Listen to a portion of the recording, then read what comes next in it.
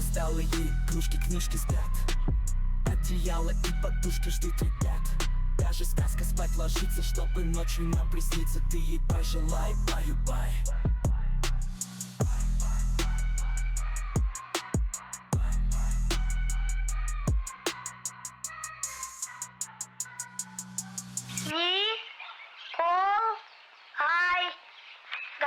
Кешегі жаңалық Ғани, рахмет осындай жерде ұйымдастырғаныңа, идея жақсы. Сонымен қатар сені құттықтағым келеді. Кеше гендер пати жасапсың. Алдағы уақытта ұлды болады екенсің. Құтты болсын. Көп күттің ғой енді. Құтты болсын. Байқалса қол аяғын бауырын алсын дейді ғой, или солай айта ма? Иә. Қол аяғын бауырын алсын дейді ма? Аман есен туып бір қазақша сөз бар. қинатпай ақ қойсаң. Фильтр алмай қазақша сөз бар. деген сайын. Просто бір сондай тіркес бар, ұмыт қалдым. Анау ішіндегі тікеннің сыртқа шыққаны деген әңгіме бар ғой. сол көп күттім. Тікеннің сыртқа шыққаны.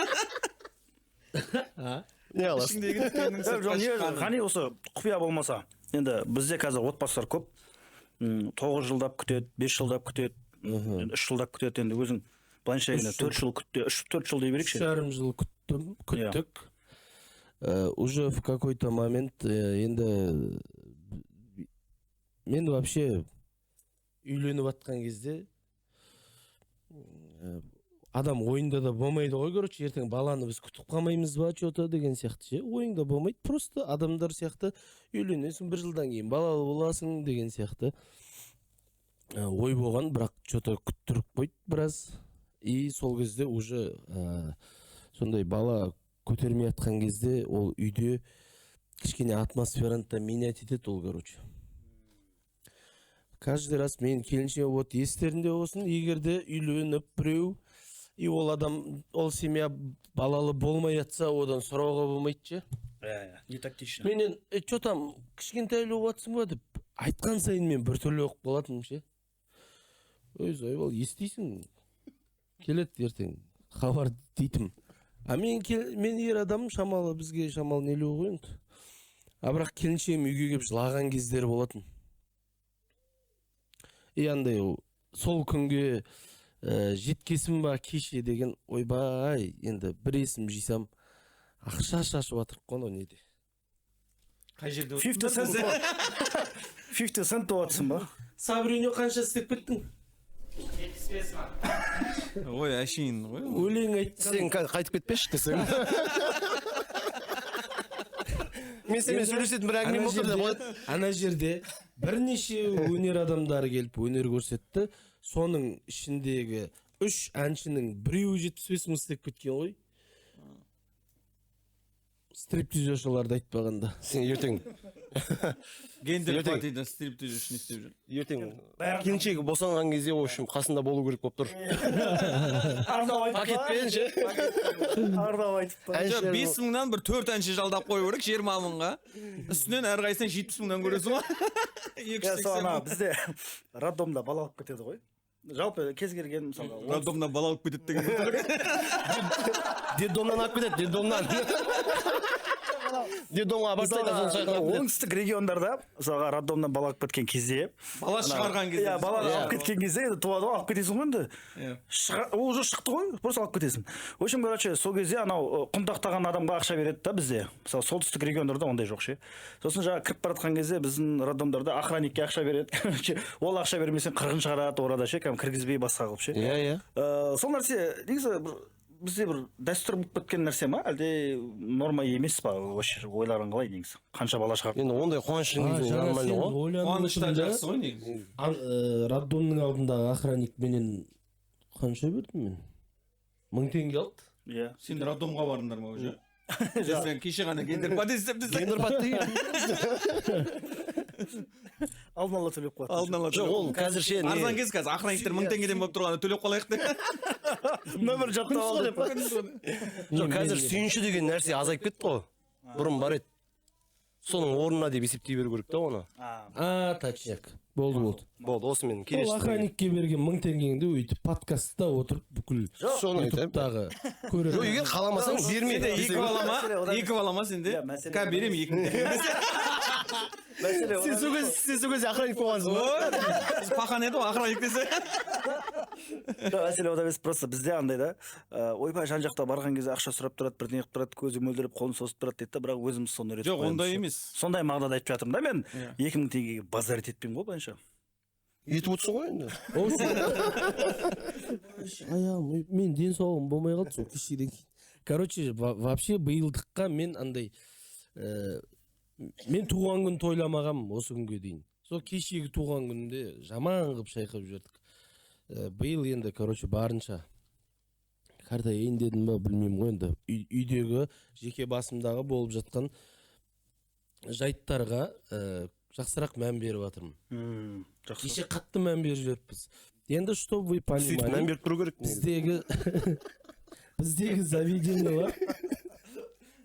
Біздегі заведениялардың көбісі бірде жабылып қалады екен. И біз жаңағы жерге андай аяқ асты іздеп кеттік та тойлайтын жерді. И жаңа жалдаған жер 12:30-да уже ыңғайлана беріңдер деді, чтобы бірде шығып кету үшін, потому что бірден 5 кеткен кезде уже зданиеда ешкім болмау керек, қырғын болады деді. И біздегі сервистің нашарлығын алып келейін деп жатырмын. И кеше шайқап жібергеніміз дата ғой, енді счетта жаман болып жатыр ғой. 3,5 болып жатыр. Шауып жүр ғой официанттар деген. Администраторға бәрі нормально ма? Ештеңе керек емес па деп ше. Бірде жабылады дегендер. Қырғын болмағанша. 4-те шығып кеттік сол жерден. Енді чтобы сен біздің Қызылордада сондай сервисті алуың үшін сен нормально ақша башлать етуің керек та. Барлық жерде сондай ғой, примерно. Барлық жерде ондай емес. Көп жерлерде, көп қалаларда мысалға обедтің уақытында магазин жабылып қалатындар ғой, сервис былай тұрсын. Біздің Аралда сондай ғой. Базар жабылып қалады ғой, білесің ба? Обедке шығып кетеді базар, шын. Жұмыс істемейді шынымен. Шынымен істемейді. Сағат 3-те кіреді кәдімгі сон сияқты болып жұмыс істейді бізде базар. Шын. Суым қайда? Білмеймін, мысалы бізде Түркістанға барып қызмет көрсеткені бөлек та, бірақ Қызылордаға келіп сол қызметті көрсен бөлекше. Қызылордада шамалы бір дөреклеу ма, Түркістан әлі Чимент па? Чимент, сол Түркістан, сол жақтарда. Ол жақты келді. Ас-үстіңе түсіп кәдімгі мықты сервис көрсетеді. Сен басқа жерге барасың ғой, ас-үстіне түсетін болса онда. Сауна-паунаға кетіп ондай жерде екеуін жалдайтын болып тұр ғой еще. Не демей ма сондай де, андай жымыжы. Пьер Вудман. Жақсы, енді бір шамалы бір әлемдік жаңалықтарға көшейік. Қарсы болмасаң да жекте әлі қосып аларларың бар ма осы мәселе? Күні бүгін қазақстандық ең бірінші әйел адам Анар Бурашева деген кісі Эверест шыңына шығыпты. Қазақтардың ішінен ең алғашқы әйел Эверест шыңын бағындырған. Қазақ Эверест тим құрамында екен. Сол адамдардың барлығы бірге шығып әйел адам сөйтіп бірінші шың бағындырыпты. Оның ішінде бір альпинист бар екен, қазақ жігіт. Бүкіл 8000-дық 14 шыңның бәрін бағындырған екен. Былайынша бір сондай нәрсеге бір қызығатының бар ма? Тауға шығу деген сияқты бір биікке шығу деген сияқты. Жоқ, былай жалпы Талғат айтып беріп жатқанда мен шаршап кеттім ғой. Тауға шығуға ма? Жарты сағат сөйлегендей болды. Чтобы вы понимали, кеше жилстройдан анау пулға қатыстық та үйдің распределениесіне. Сосын 5-ші этаж тиіп қалды да, жүреміз ба сол 5-ші этажға мініп түсіп деп отказ бергенбіз, келесісіне қатысайық деп. Эвересттің үстіне шын ғой, ол деген кайф нәрсе ғой. Әлемнің мысалы шатыры ғой Эвересттің 8-ші. Әлемде жалғыз әйел ме әлде тек Қазақстан? Қазақтардың ішінен оны таңғалатын ештеңе жоқ қой онда Қазақстан. Не ол жақсы емес деп айтты. Қазір қазақтың әйелдерінде үйленген кісі ме екен ол? Жоқ, бойда қойдың. Қай жылғы? Әйелің Эверестке кетіп қалса зайбал ғой. Қаяққа кеттің? Тауға кеттің, тауға деп. Қайтып келгеннен кейін менсінбейді шығар уж. Эверестке барам да келем. Жоқ, оларға ақша беріле ма ол? Ақша берілгенде олар ақша төлейді соған бару үшін. Жоқ, білемін ғой, жоқ, барып сол рекорд, мысалға Гиннестер рекордына кірді. Ол Гиннестер рекорд емес, Қазақстан қызыл кітабына еніп осында. Қазақстан, жануарлар кірмей ма? Қызыл кітапқа. Жоқ, мен просто былай айтар едім. Бұл әңгімеге дым қатысым жоқ мен, короче. Тау туралы ше.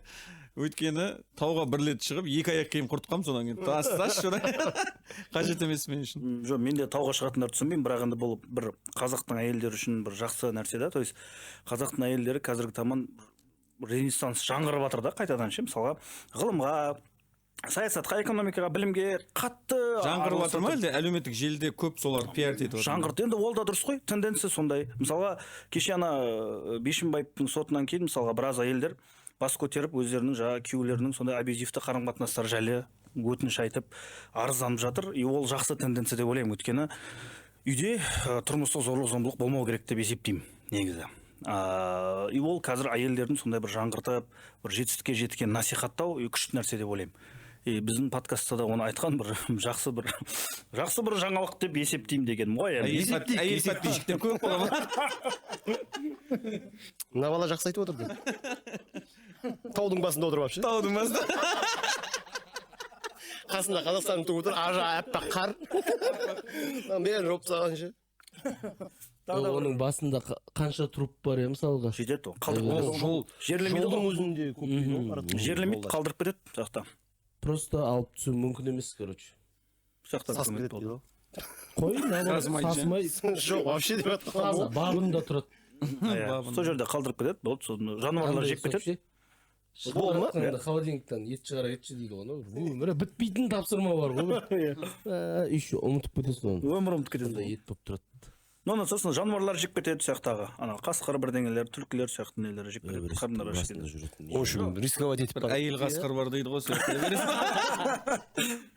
Сосын тағы бір спортқа қатысты жаңалық.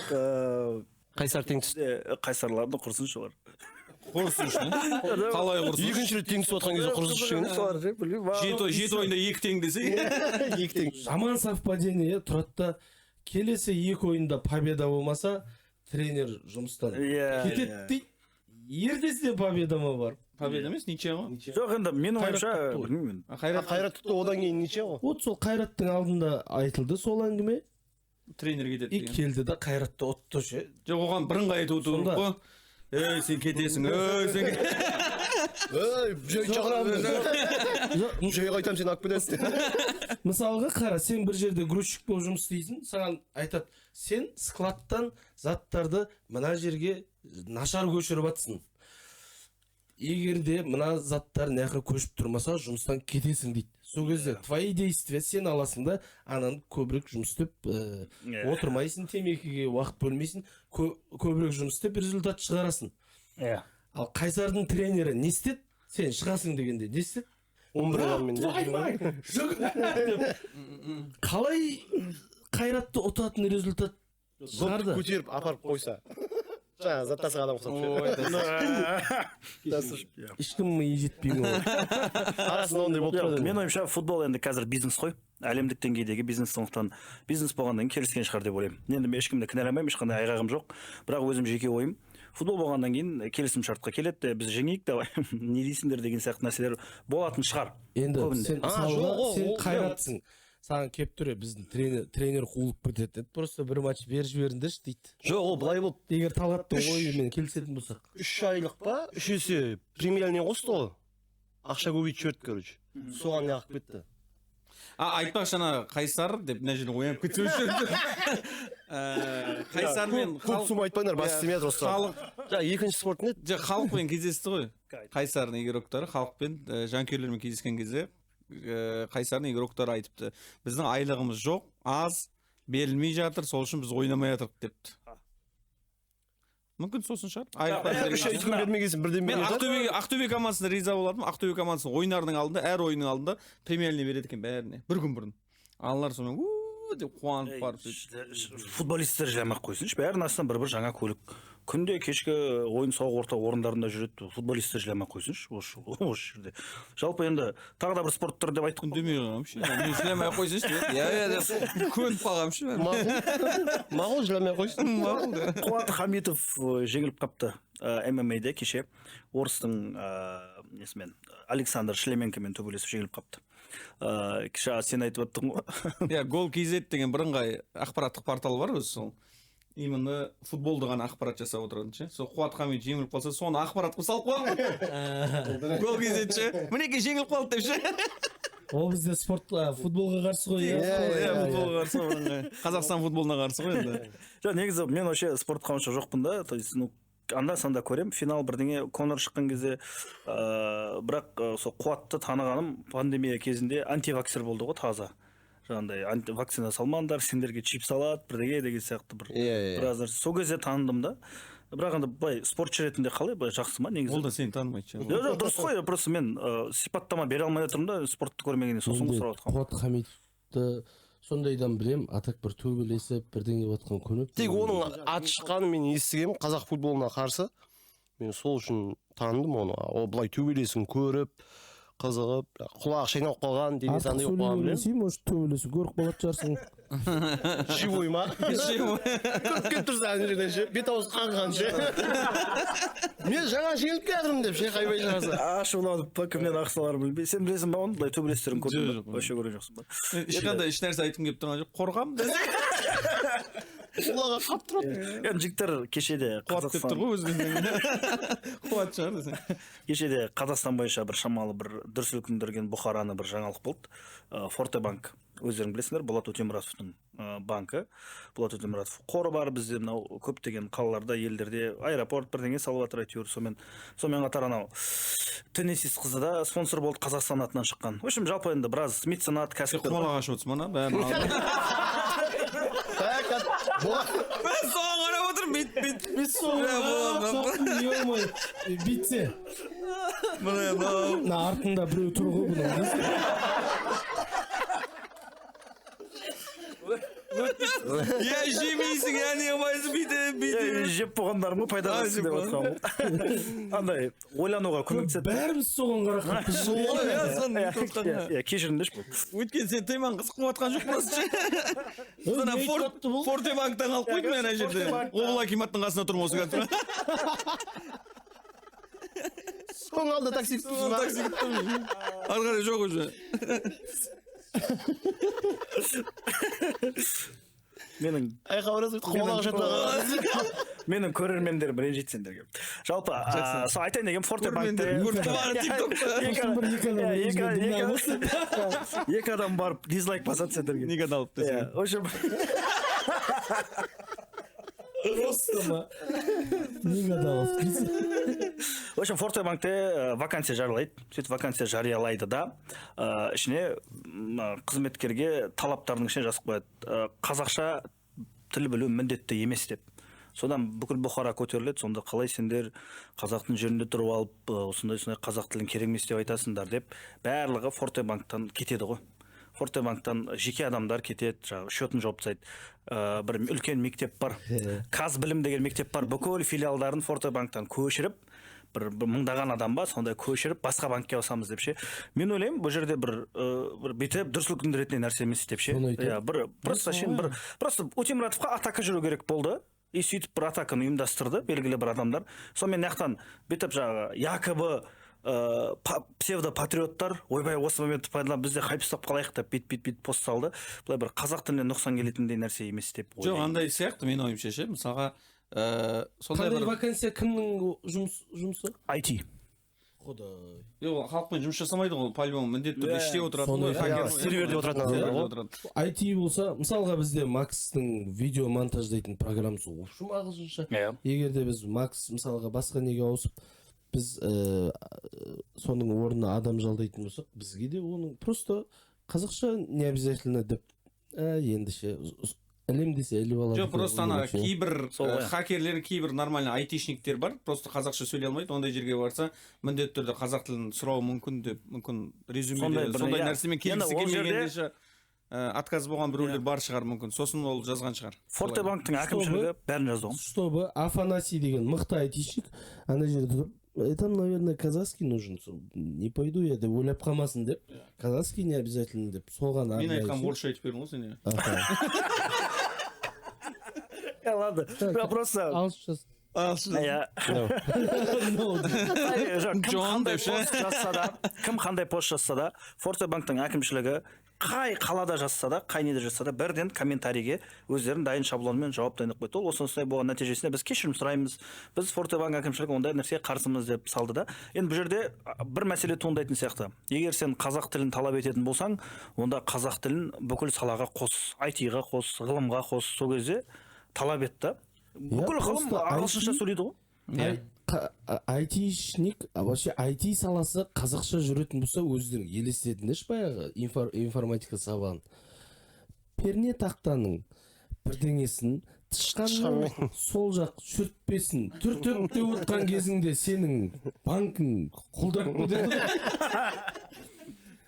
Мұғалім келгенде орнынан тұру міндетті емес деп ақ халат кигізіп ше, неге ақ халат кигізіп қояды? Типа компьютер кірлемесін деген врачтар береді ғой. Мен соны түсінбедім. Кактус қойып қоятын ше. Әр компьютердің алдында кактус қойып қояды. Сосын компьютерный класс, қазір жастарда рахат қой, компьютер класс ашық. Бізде андай тор есікпен құлып тұратын еді ғой, темірмен. Сондай вообще түрменде ақ халат кигізіп болған ше. Очки тақтыратын. Фортебанктың пиар отделы нашар жұмыс істейді мен үшін. Осы видеоны кесіп салмай ма десе. Короче, мынандай ситуация болды. Кредитование жайлы күшті сценарий келіп қалады да ойға. Бірақ банк заказ бермейді. Саламыз, банктер заказ беріңдер, күшті идея келіп тұр деп. Заказ бермейді банктер. Сөйтеміз да, қай банк сондайға ашық, короче, бізде. Блогерлармен жұмыс жасауға, рекламаға, Форте более-менее ашық болды да. Түсірдік реклама. Түсірдік. Ол айырып, бір за сутки 2,5 миллион просмотр жинайды, ақша шашып атқан. Сұмдық просмотр жинайды, бәрі риза, местный Фортебанкта танысымыз бар еді, сол звондап, ойбай, коллективта деген қырғын болып жатыр видеоларың. Алматы головной сұрап жатыр, сендер заказ бердіңдер ма деп. Красавчик, рахмет деп жатыр. Жыртты енді. Сөйтіп жаңағы танысыма айттым да, сен головнойдағы адамға айтсай, сен біз дәл бүйтіп тағы да түсіре аламыз, бұдан көп просмотр жинайтын қылып түсіре аламыз, жұмыс берсін бізге. Хорошо деп айттық. И жаңағы главный пиар маркетологы, допустим, Ирина үшін ПТК арнасы зверство, қазақша контент деген жабайылық. ПТК-ның көрермендері де родной мәй деп қылғанда сондай деп көреді бізде. Үлкен компанияның маркетологтары. Бірақ артынша Каспийдан заказ түсті да, реклама түсіріп бердік, айырып алды мысалға. Форте жаңағындай болып қалып қойды деген сияқты ғой. Банк-центр кредит бізде сотрудничество көп шақырады. Бірақ үлкен компаниялармен жұмыс істеу қиын. Маркетологтары жаңағындай ғой. Орысша сөйлейтін, или орыстар, или белорус, украиндар сондай. Сырттан жалдайды ғой. Коннектиться ету қиын. И олар мынандай ушу болып атқан кезде, олардың арасында бір Мұсабек деген адам жоқ та, надо так сделать, слушай, деп шанда. Қазақша жағына жағатын бір несін жауып жіберетін адам жоқ қой, короче. Пылшылдап кеткен жоқпын ба мен? Кешіріңіз. Нормально. Жоқ, бәрі жақсы. Именно осыған байланысты қазақ форум деп, именно қазақ тілі контенттерді көбейтуге байланысты. Алдыңғы жыл біз бардық қой. Биыл тағы да болайын деп жатыр Астанада, именно қазақ форум деген. Оның артынша не шешіледі? Мысалы, форумда бәрін жиналдыңдар. Солда мысалға. Просто болады деп айтып отқаным ғой. Баратындар болса. Маған осы жерде бір ұнайтыны Америка құрама штаттарының тәжірибе алмасады ғой просто. Ой, тасышын, и так тәжірибені айдаладан Америка құрама штаттарының дипмиссиясы, дипломатиялық миссиясы қазақ тілді контентті дамытуға арналған шағын гранттар бөліп жатыр екен ше. Неше? $100,000 дейін ше. $100,000 дейін. Үшеуің сөйлесетін да. Жоқ, мысалға, былайша егенде, мысалы, біздің министрліктен мен вообще түсіп көрмеген. Грант деген андай басатын банда суағатын ше. Американецтер келіп гранттан суш. $100,000 Сендерше жолдан шығып кете саласың әлі иә. түстік қайта жолға да айтыңызшы. Жоқ, былайша біздің мемлекет былай бүйтіп бөлмейтін нәрсеге, мысалы форум өтті ал, барып сөйлеп қайттың, саған қанша мың адамды қонаққа шақырады, оның гонорары, проезы, қанша зданиенің арендасы, оформлениесі, қанша ақша. Қазақ форум өтті, ит жоқ. Дальше не, сайт ашылды ма, бір кітап аударылды ма, бір ақпарат бірдеңе ашылды ма, жаңадан канал ашылды ма, ше. Солардан сұрасаң енді. Ит жоқ деген нәрсе туындайды да, мысалға. біз ощущать ететіндей ештеңе болған жоқ. Может, біз білмей жатқан басқа бір. Жоқ, былай, мен былай түсінігімде жаңа кім айтты ғой, жаңа сол ютубта не. Просто жаңағы көп үлкен мекемелерде осы контентті қолдап ақша бар жаңа үлкен компанияларда көбісінде орыс тілді жаңа белорустар, украинецтер сондайлар кіріп кеткен, таргетолог не деген сияқты мәселелердің бәріне. И қазақ тілді жаңағындай әлеуметтік желіні белсенді пайдаланушы азаматтар көбінесе ысырылып қалады. Сондай форумдар не арқылы біз соларды тартып көрсетіп, сол бір ортаға таныстырамыз деген мақсат. Мен түсінігімде солайынан. Солайынан жеткізе алды. Ол кезде миллион өйткені ПТК-ның несін алдында сен сұрады ғой мысалы. Ойбай, ана жерде телевидениенің адамдары келіп отыр да, соларға ютубқа шыққан адамдар мен телевидениеден шыға алмай жатқан адамдардың арасындағы дискуссия болды ғой. Иә, әңгіме ғой, пікір талас. Сол айтып жатыр, сендер телевидение үкіметтен ақша алып жатсыңдар, бәленбай миллиардтап. Не істеп жатсыңдар сендер? Сен қолдан жасалған телевидение бар осы жерде қазір. ПТК арнасы деді. Талпан арасынан бүйтіп. Мынаның рейтингі сендердікінен жоғары былайынша. Бұларды халық көбірек көреді. Ақшаны осындайларға құю керек. Айтшы рекламаларың қанша? Миллион. Әні. Кім? Осы құрлы жоқсыңдар деп ана. Блогерлер ма сияқтағы? Блогер емес, журналистер мен.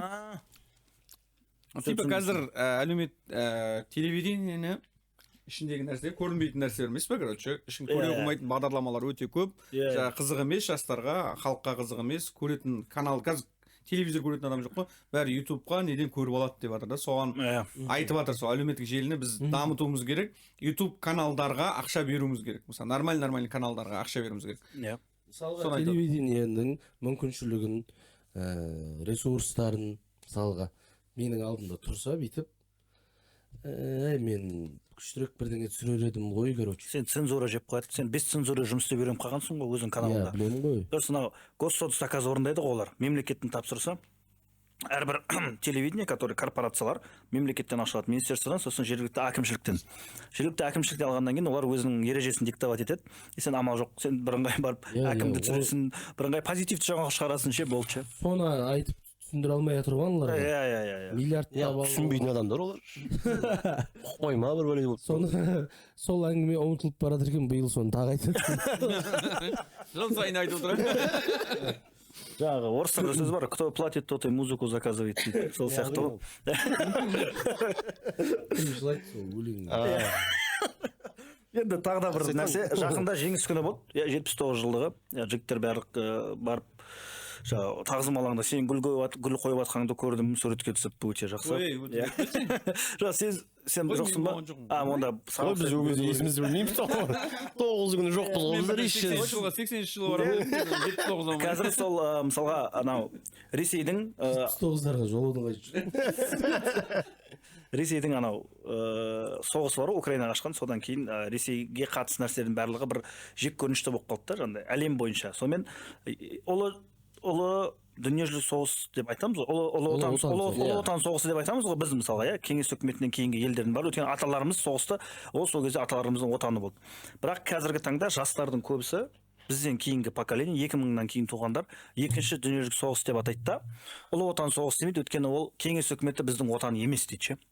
Сондай бір түсініктерді ауыстыру нәрсе жүріп жатыр да. Осыған қалай қарайсыңдар жалпы? Мысалы мен ұлы отан соғысы деп қала бергенін дұрыс деп ойлаймын. Өйткені бәрібір сен атаң соғысты ғой сол кезде. Қала берсін не? Иә, мысалға, бірақ қазір соны жаймен деп ауыстырып, сонымен кәдімгідей қазір кейбір форумдарда үлкен дискуссия. Соғыс деген сөзді алып тастау керек деген әңгіме жатыр ғой қазір. Сосын не болады? Қалай атсамыз? Қалай атыс, қалай танк. Төбелес деп қояды. қазіргі соғыстар ондай соғыс болып жатқан жоқ деп тұр ғой. Майда сонда соғыс. айтып қалсаң не істейді, штраф сала ма? Жоқ. Сонда сонда андай картавить ететін адамдар бар ғой, РНГ деп айтатын адамдар өзінің сүйіскенін қалай айтып береді? Соғыс деп айтуға болмайды. Айтуға болмайды соғыс деп. жаңа біз кіріп жатқан кезде де Не айтып отыр? сондай көпшілік орында сүйісуге қалай қарайсыңдар жалпы? Төртеу сүйісіп жатсам. Жақсы қараймын, кел. жоқ мысалға скверлерде мысалы жаңа біз мына жаққа кіріп кеткен кезде бір қыз бен жігіт отыр да сол ұрысып ше короче и сондай Қақтан нәрселерге білесің олар? көрініп тұр ғой енді Аяғы істемей қалған шығар десең, екі аяғын көтеріп Кітапханадан шаршап шыққан шығар. аяғы ауырып Кітап тұрған. оқып, тіл ауырған шығар десең. в общем жоқ сондай көпшілік орындарда Бірыңғай мынау негатив Жігіттің шақырып демалғаны деген шығар. Кітапханаға келген қызға тиісіп десең, а? позитивті түрде ойлануға болады. Мысалға Дарияның жағасында емес, кітапхананың алдында отыр олар. Зато қайқа кітапханаға барып жүрсің ба? Иә, барып жүрмін. Не істеп жүрсің? Не қыласың? Тілмен жұмыс істеп жатырмын.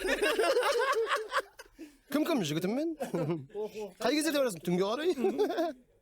жалпы енді сол нәрсеге көпшілік орындарда сондай сезім білдіру мысалға көпшілік орындар бар ғой көше Ана екеуі сезім білдіріп жатқан жоқ. жоқ енді мысалы жоқ сондай нәрсеге мысалы үлкендер көп сөйлейді тұғын да бізге ше мысалы өйтіп неғылманда ұят болады ертең көшеде біреу көріп қойып жүрмесін деген сияқты ше то есть ол нәрсе өз көзқарастарың ғой ол нәрсе бола береді бізді ешкім тыңдамайды ғой түкіргені бар ғой жалпы көзқарастарыңды сұрап жатқаным ғой көпшілік орында сондай сезім білдіру нәрселерін Қазір индийский кинолар сүйісетін болған. Байқадыңдар ма? масқара Баяғыда сүйіспейтін еді ғой индийский кино. Солар екен ғой бізді құртқан.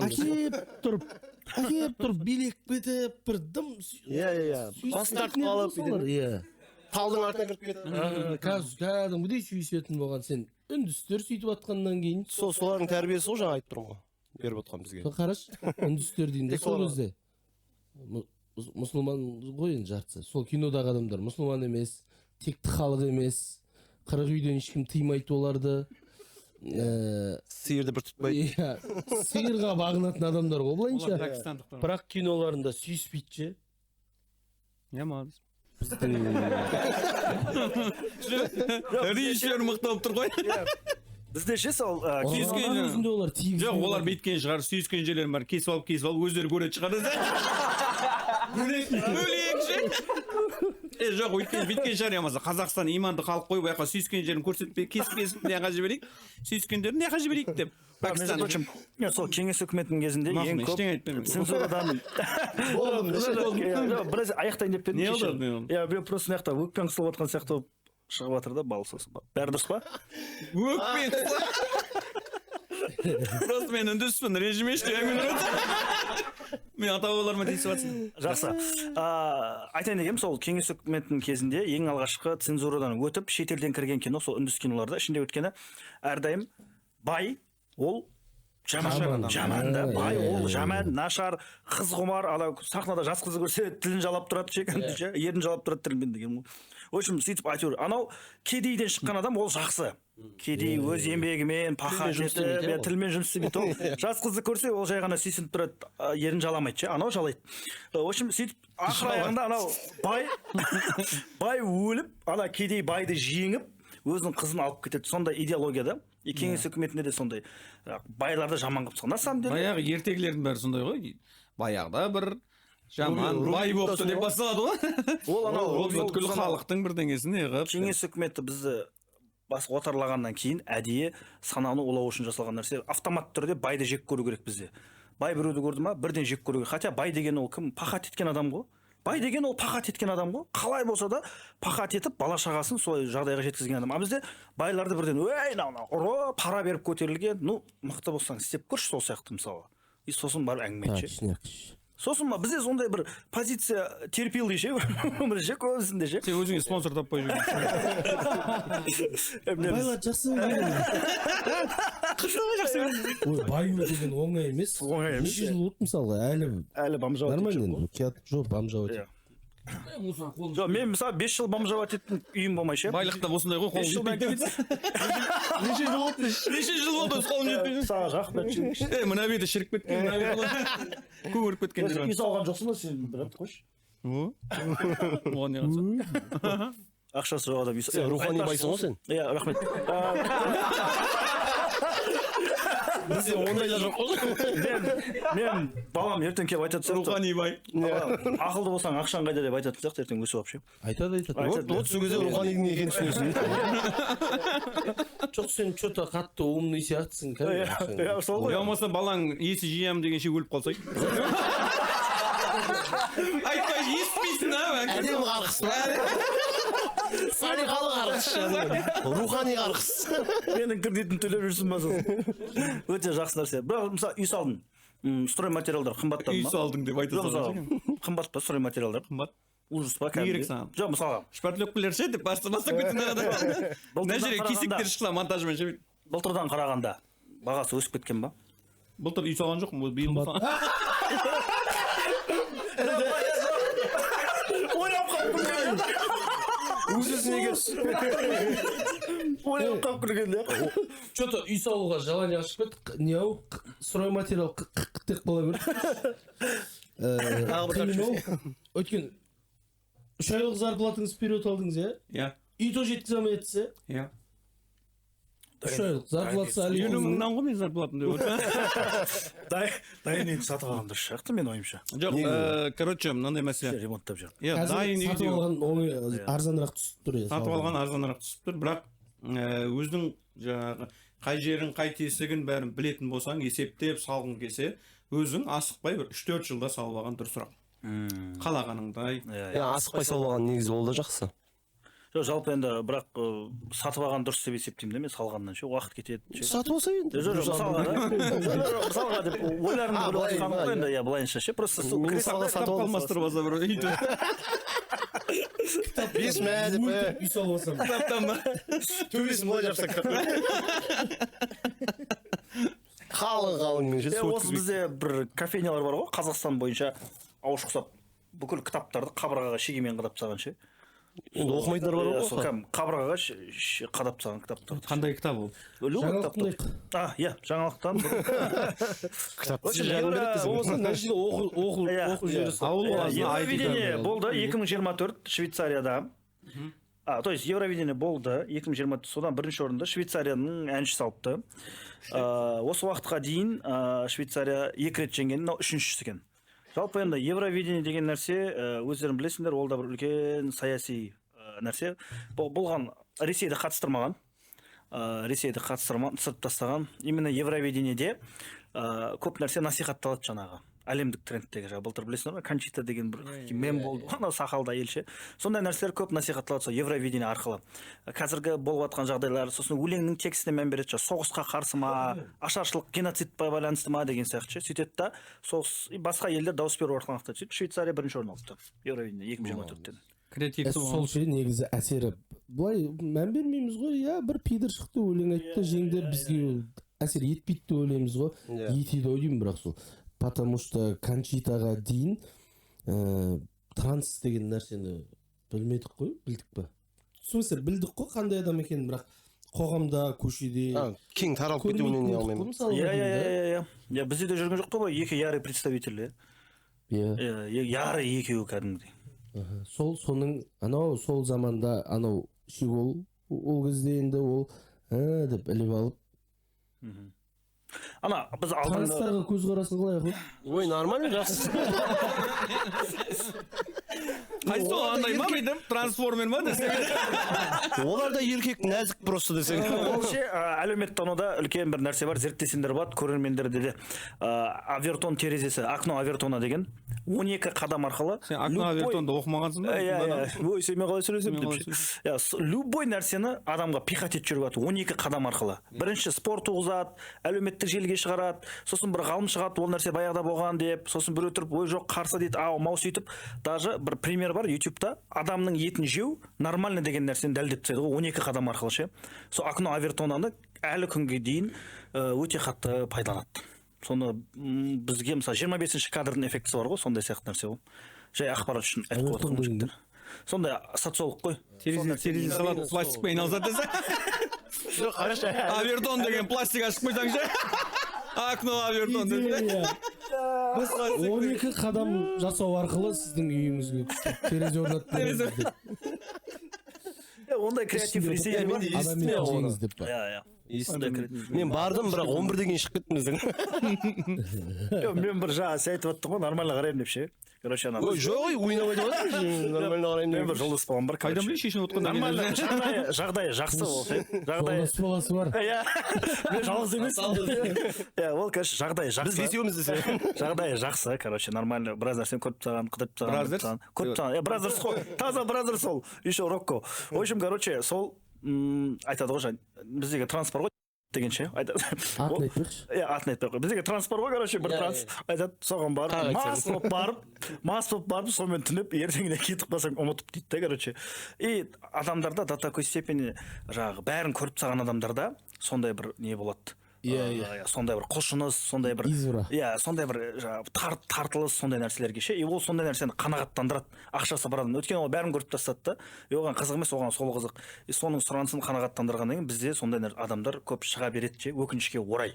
Енді ол өзінің таңдауы әрине, бірақ соны насихатталатыны жаман да ары қарай. кедей болу керек қой короче. Иә, кедей болу керек. Ақша болу керек деп. Байлар жаман. Қайтадан соған алып келсең ба бәрін деп ше. негізі орыстар дұрыс айтқан баяғы деп ше, кеңес одағы деп ше. Біз Авертонның бір қадамымыз ғой короче. Байлар жаманды жеткізеді. Иә, байдың да байы бар ғой бірақ. Адамның да адамы бар деген сияқты. Бар ғой, иә. Кедейдің байығаннан қорық дегендей. Сола шығар онда жаман. Сен байып кетсең не істейсің әлгі? Үйін бітіріп алады да. Прям шіріп байып кетсең не істейсің? Тағы бір үй салады.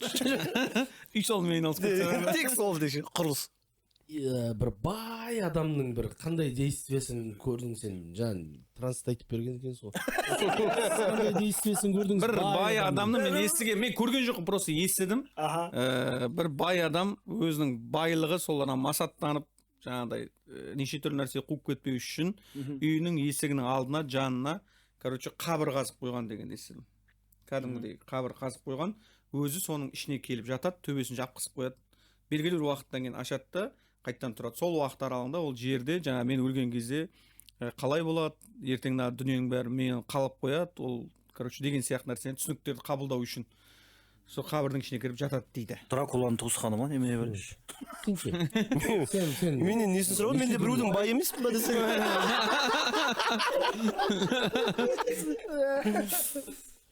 Мен талай бай көріп тұрдым, бірақ андай айтатындай бай көріп тұрған жоқпын мен ше, сол бар ғой енді арасында бар шығар, ұмытып менің істемей қалсын шығар.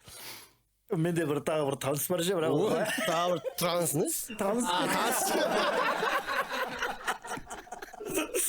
алдындағы сияқты ма? кеше біз ақша шаштық, айттым бұны. Айттық. Әдемі бастап бердің. Таныс демекші, кеше мен алдында мен ет асып үйге шақырайын деп деген Бай сөзді болсам. тез айтып жіберген болды Ғаниға. Мен ет асып үйге шақырайын деп. Содан мен ет істейтін дейсің ба дейді. В общем, тағы бір таныс. Соны айтатын реті ма енді? Айтпайсың. Енді қайда тиктокқа шыққың келіп тұр ма өзі? Құрсын деп айтып қоятсам, біздің ағайдың не айтып отқанын қарасайды. Ертең тиктокта жүрмін. Ана іште сенің екі оқушың отыр ғой. Вообще похуй отыра берсін.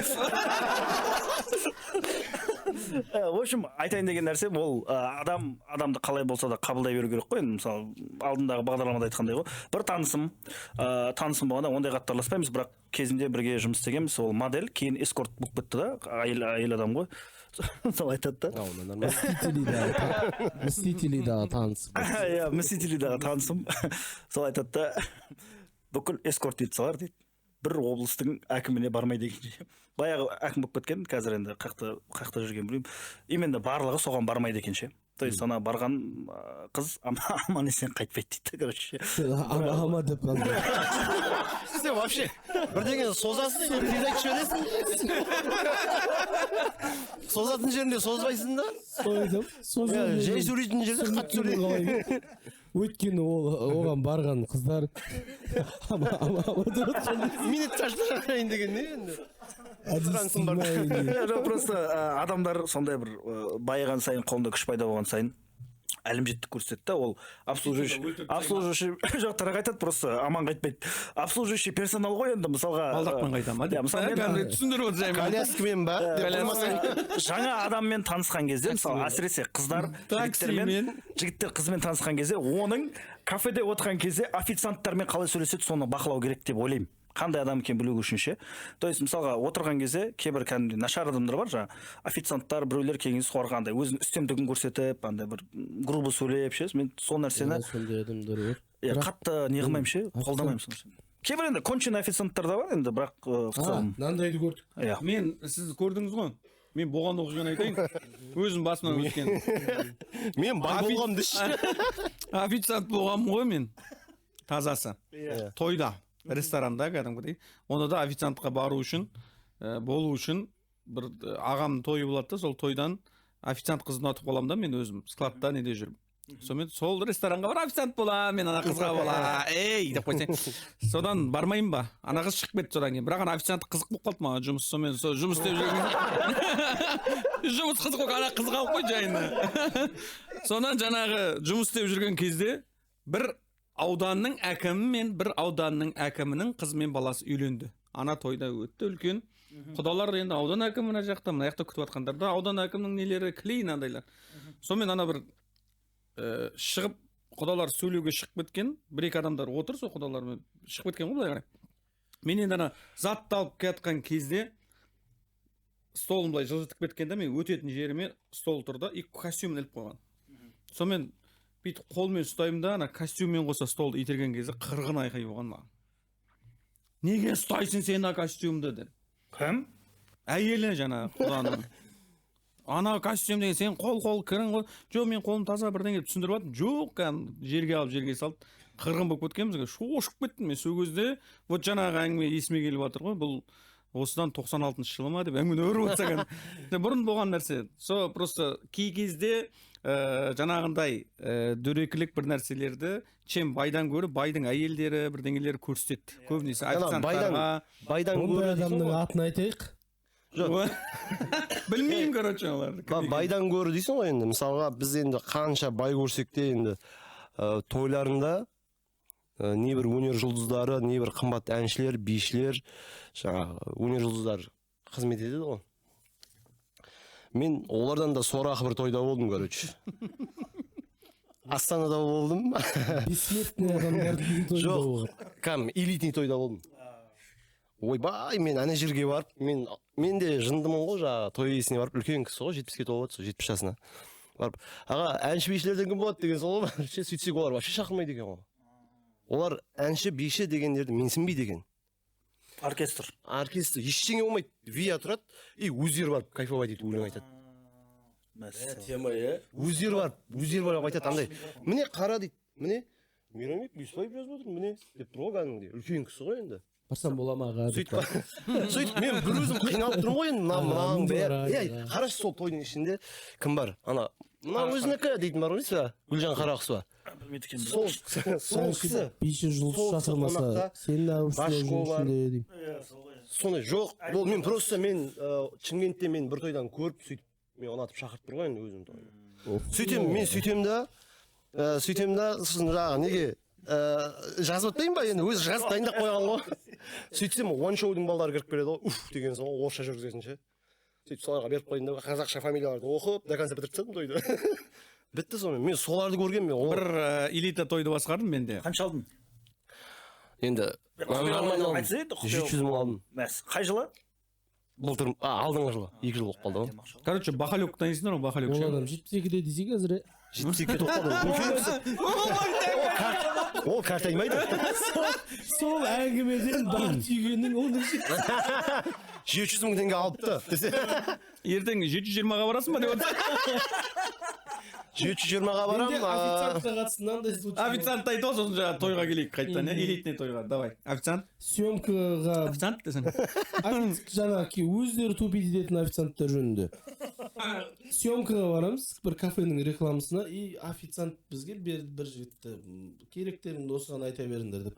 И ана бала мынандай да, короче. Бойы кішкентай ма? Не? Сука, әкелген затты былай қоя алмайды, короче. Бүйтіп қояды. Шамалы мынандай. Не қарай қойшы? Біз болған заказ өзгерміз. И біз Біз шашлик демейді қой, дәмін істесе. Топан дәнеген бізден деп бір-бірімізге құрсыншы деп сонымен анау енді брат бізге деп сақал айтып жатыр мынандай болса дейді анау деп кетеді бля сол сақал тұрды да інім болмаса айтшы өзім барып ала салайын деп еді анау не деп ше ұзақ бұрылды ғой кетіп баратты болмаса айтшы өзім ала салайын деді анау бүйтіп тоқтады не Ляш шансу күтіп шығар ол бейт бұрылатын десең. Сәкен Сейфуллин бет бейт бұрылатын.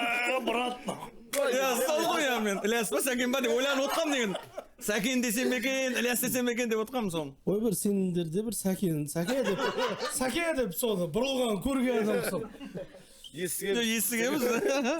анау бүйтіпше сонымен айттық ей көкем сен бандит болсаң андай бір официант болмай ақ қойшы құрсын деп біздің районда үй жақта андай тұғын обслуживающий персонал болып сол қызмет көрсету саласында жұмыс жасауға запрет тұғын мектепте классындағы балдар мойщик болып мойкада істеп DVD алып үйіне сөйтіп атады ал саған короче болмайды мен жүретінім солар қызығып істегім келді бірақ істеткен жоқ короче сонымен элитный той басқардыңыз сол немен аяқталды сонымен ана жігіт Сондай да ол. сонда ұрысып қалдық енді болды ма Тамағын жеп аман есен шыққан. элитный той Элитный тойды басқардым. Өте арзан бағаға. Просто бақалек келіп құлақтан төгіп кетті маған. Барғанда, короче, үлкен той жатқан. Бақалек барғанда анекдот айтқан ғой аналарға. Ол тисе сөйлейді. Содан, короче, шаршаған ғой ана ше. Короче, дей бергеннен ше. Сосын тұрады да, короче, кетші деген ба, білмеймін қалай болған. Маған сондай да, короче, әлбей қақтасын дейді. Неқта кеш маған қарайды. жай сөйлейтін адам керек деген бағанағы официант О жердегілердің бәрі сондай. Содан жаңағы айтайын. Ешқандай әнші жоқ. Ештеңе жоқ ол жақта тоже. Шығып келдім, қорықтым енді ана іште. Үлкен кісілер енді елге белгілі кісілер. Солардың отырыстары өздерінің, солар басқарып маған келді айтты, короче, мына кісіге тілек бересің деді. Бірдеңе, пәленше деген кісіні ортаға шақырамыз деймін. Шығады, рахмет мінекей деймін, тілегіңізді білдіріңіз деймін. Болды, тілегін білдіреді. Жай өлең қосып қоямын, болды. Олар тұрады, бір-бірімен соғыстырады, әңгіме айтады, бір-бірін құттықтай. сендерге әрдайым Жоқ, ондай болмайды. Жай ғана, не? Сосын тұрады да, пәленше деген кісіміз, ағамыз ән айтқысы келіп тұр дейді. Қосып бер дейді. Караокеден әдемілеп қосып беремін, болды. Сонымен өзі өлең айтады, ана іште. Кетіп бартқан кезде айтады, ана баланың орнына сен келген жақсы болып. Әдемі өтті дейді да, короче. Мен уайымдап жүрмін ана іште ше, дым, анекдот, ештеңе күлдіріп, ештеңе айтып отқан жоқ, ойын айтып отқан жоқ. Ойын айтпайсың. Ештеңе істеген жоқ. Мен просто әшейін хабарлап жүрдім. Сөйтсе, оказывается, сондай той негізі күшті екен негізі. Негізі күшті сосын олардың той күшті өтеді там. біз сөйтіп өткіземіз енді Күшті. сондай көшу керек Шай құлатқан жоқ олар. не мейрамбек бесбаевты көрмей жүрсің ба не қатты көріп ютубтан қосып жүр қара деп бізде вкус жоқ қой шақыра береді еще біздің бар короче менде деп ше зато өзің есік жауып алып әлекең келіп айтып тұрса келесі тілек анау кеше мысалға айналып келіп кешегін айта бердің ғой не болды ал сабринялар келді миымыз ашты баян гитара домбырамен Кетіңдер деп 75-ін берген сияқты оларға. қалталарына деген кетіп жатыр бұлар да ой пәлен ағам керек одан артық не керек соған біз уақ деп байлар жаман Жақсы, не жаңалығың бар енді? жаңалық болған тағы мынандай жаңалық бар сені мақтап өлең айтып отқан адамға мысалға 75 мың беріп жатсың көшеде саған келіп балам мендей мүсәпір жанға деші сен соған 75 мың бермейсің да ғой вообще мен вообще бермеймін сондай попрошайкілерге жүргім келеді жұмыс тауып да одан жоқ жағдай келмесең жоқ жағдай келмесе жұмыстасың денсаушылығы келмейді. адам деген денің жоқ па сен инвалидный пенсия аласың ғой сен мынандай прямой көзқарасыңмен сен скоро өзің попрошайка болып кетесің. мақұл значит менің сондай тағдырым иә ну то есть сен уже адамның тағдыры әсіресе ер адамның әдемі болып отыратын сияқты. сәлеметсіз қалтаңызда артық 500 теңге жоқ костюм шалбармен Бля, сондай болып. рухани болмыш болып ше. Мас екен білдіртпей деп. мен Талғатты қабылдадым осы айтқан әңгімесі үшін қабылдадым Талғатты. Талғатты осылай қабылдадым деймін да өзіме. Алқаштардың көбісі сондай ғой, начитанный. Мен Москвада Северо-Московский бірдеген технологический бірдегеннен бітіргенмін мен дейді. Андай білмейтіні жоқ қой. Талғатта сондай болатын сияқты. Мынандай ұзын шарфы бір айналған. Бұрында андай әңгіме болды білесің ба? Ана бомжардың көбісі біреу математик, біреу физик. Сондай кезінде қатып оқыған дегенде шығар. Соған бара тұрсыз ал. Оған күлмеңдер, ол кезінде подкастта деген жақтан ол. ютубтан қараңызшы масахана деп бүйтіп. Мынау адам ютубтан масахана деп жазсаң шығады деп ше. белгілі Талғат Меңдібаев остановкада жатыр екен деп. мен негізі бомжовать етіп жүргенмін Әдейі Жақсы, мен просто мен қабылдадым деп жатқан, сен далбой бесемін де қабылдадым. мен ол мәселе емес ол мәселе емес Кейде шағалға көшек деп қойшы. Ол мәселе емес. ол мәселе емес жалғыз сен емес бүйтіп қабылдайды Мәселе емес ол. андай ғой бірақ сен мен туралы өтірік айтпа мен сен туралы шындық айтпай ақ қояйын деген сияқты ғой мысалға андай нәрсе бар Не деді? Ана жаққа қарап қойыппын мен. Просто сен мен туралы өтірік айтпа дейді. Такин бір ше ойдан құрастырып жіберетін сияқты емес. Иә, сондай сияқты маған ше андай. Бұлар дін білмейді ғой бұлар. Деп ше бірдеген айта салады да біз Чарльз Дон дей салады ше. ол айтқан біз кейбір бір қосып жібере саламыз. Қайдан білейік? Тұрады да Поттердің қағидасы бар деп бастай салса мысалға ше. Біз соны ауылда бәлшілерге айтып береміз білесің. Тексеріп отқан жоқ мысалға. Сол ғой. Киген осы білет деп тұр ғой. Енді саған қарағанда Талғаттың түрі шамалы Енді, конечно, мен айтып тұрмын ғой, мен андай ауылға барған кезде, бәлшілермен отқан кезде, дәл Талғат сияқты болып барамын ғой. Не айтады, жаңағыдай сөздерді, мен соларды айтамын соларға. в общем Ердоғанды Баяғы кезде Талғат айтып болады деген сияқты, баяғыда біз ауылға барғанда, мен қаладан барам, ауылға барам ғой.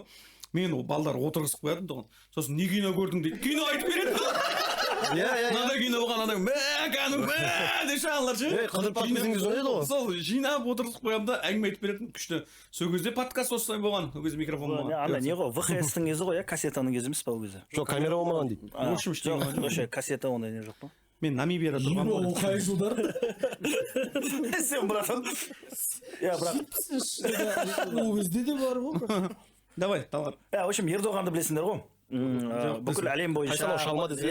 Түркия Түрік шалма десең. короче барлығы соны андай бір күшті көреді да ютубта рилстар тиктоктағы рилстар шортстар барлығы андай оны бір күшті қылып көрсетші халықпен етене араласып жүріп ислам дінінің қорғаушысы деп келтіреді да Олардың долларлары болса дейді. иә сондай Аллахымыз бар дейді бәрі.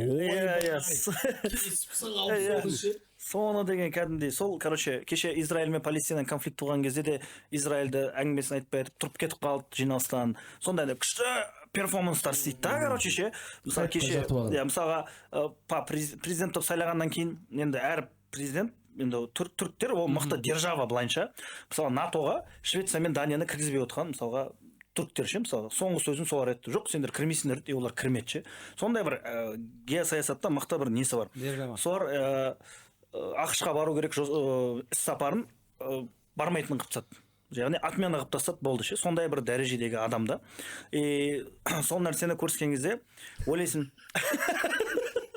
сондай адамды көрген кезде вот бізде вот почему сондай тұлға жоқ деп ше короче ше сондай бір бүйтіп бір ассоциация беретіндей ше бағыт алатын ба бізде кімнен сұрайды?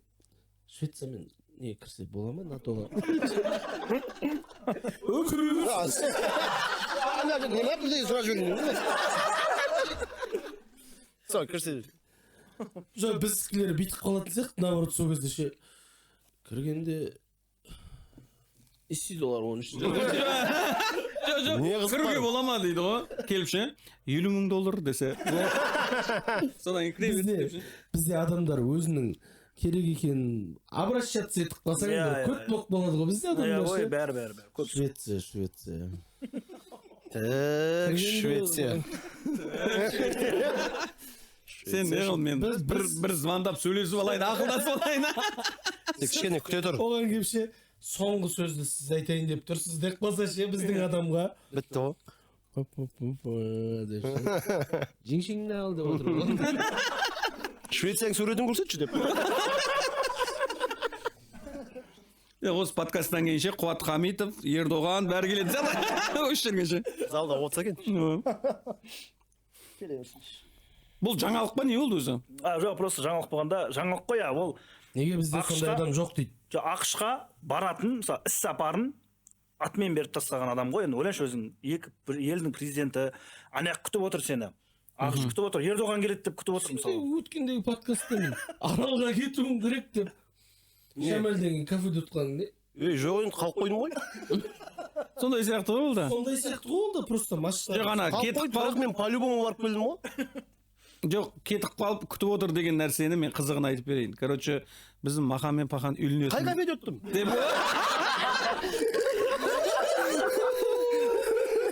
Сол кафеге келе жатырмын деп отырсаң мен. Короче, бір оқиға айтып берейін. Уақиға десең.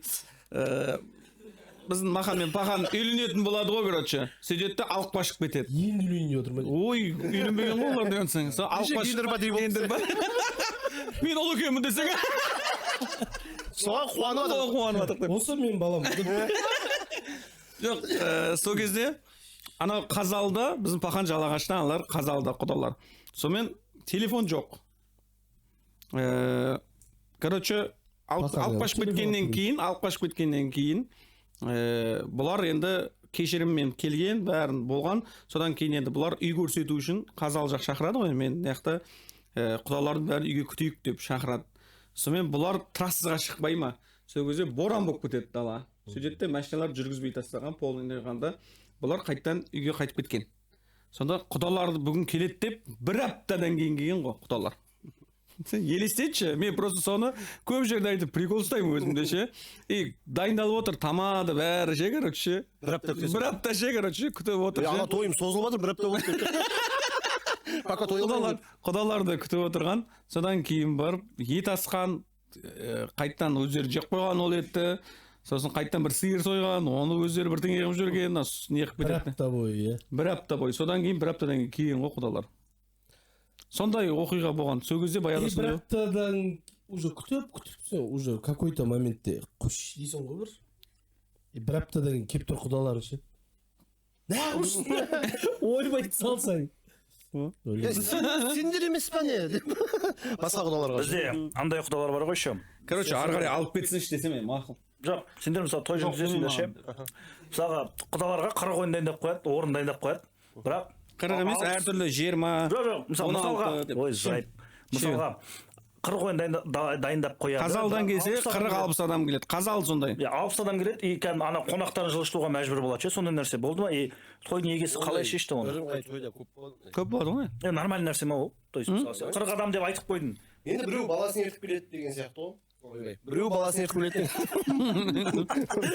Мен андай контакт етпей қалдым қайттан. Жоқ, короче, тойға келген кезде құдаларға 2 стол алып қоясың ғой, 3 стол адам келеді, короче. 3 стол адам келеді ғой, короче.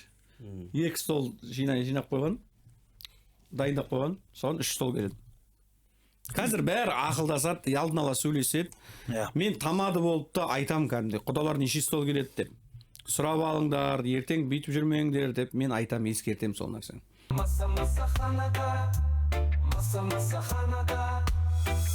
Той жасадық, бета шар істедік, құдалық жасадық, болды әлі той жасадық. Ертең 10 жыл болған кезде бір 30-40 адамға американский форматта той жасаймын, даланасың. Әдемі.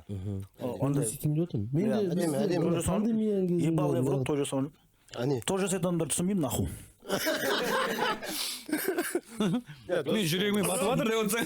ешкім түсінбейді екенсің жоқ 400 адам отырады мынау бір конченый адамдар келеді арасында тұрып тұрасыңшы бәрін айтатын бір тілек қой мынау 9 айдан кейін тойға келейік 9 айдан кейін бесік тойға келейік тағы бірдеңе аспаның ашық болсын ай қарағым бірдеңе предложение жасадың ба жоқ жасаған жоқпын не то есть біз Ол не қылсын предложение жасап бүйтіп аяғын бүкеліп отырасың бірдеңесі қаншама шашылып деші өмірі тым қызық емес ше короче жоқ мен былай жасадым біткен сияқты тым өмірінде бір оқиға жоқ ше кәдімгі жоқ короче мен предложение былай жасадым короче не айтты да не аласың не қыласың бесплатный адамдар жүреді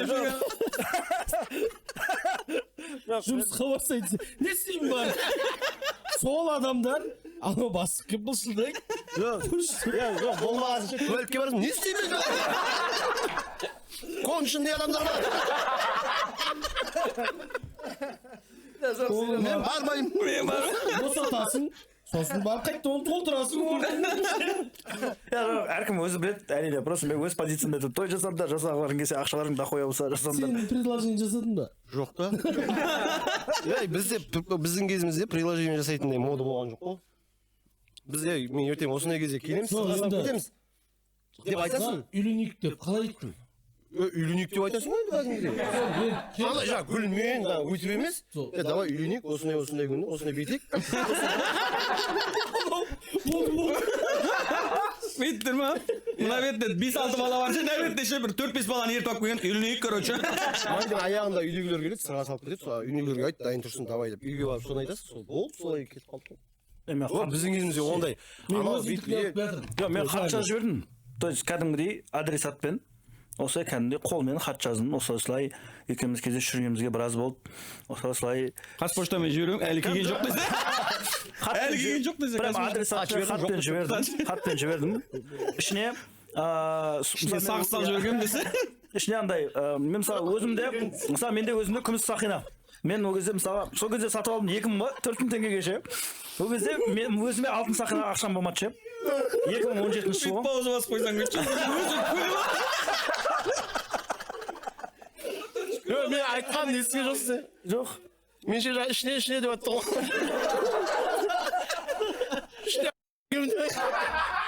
мен емес ей мен де соңында залетпен бітейін деп жатыр ма деп ойлап ол да бар десе в общем короче сөйтіп хатпен араласасыңдар ма әлі десе сонымен ол да короче хатпен жауап берді сөйтіп шамалы кішігірім бір андай ретро романтика болған тұғын енді бірақ мен уәде бердім что сол кездегі қарыздарымды реттеп ол кезде кішігірім кәсіппен косяк беріп кеткен кезім ғой ол жерді айтқысы келмейді ше сол кезде мысалы мен соның арасы 3 жыл шеші бірден өтіп кетті 3 рет бүйтсе болмай кәсіппен айналыс анау бір объявлениеға қазақша не обязательно деп сол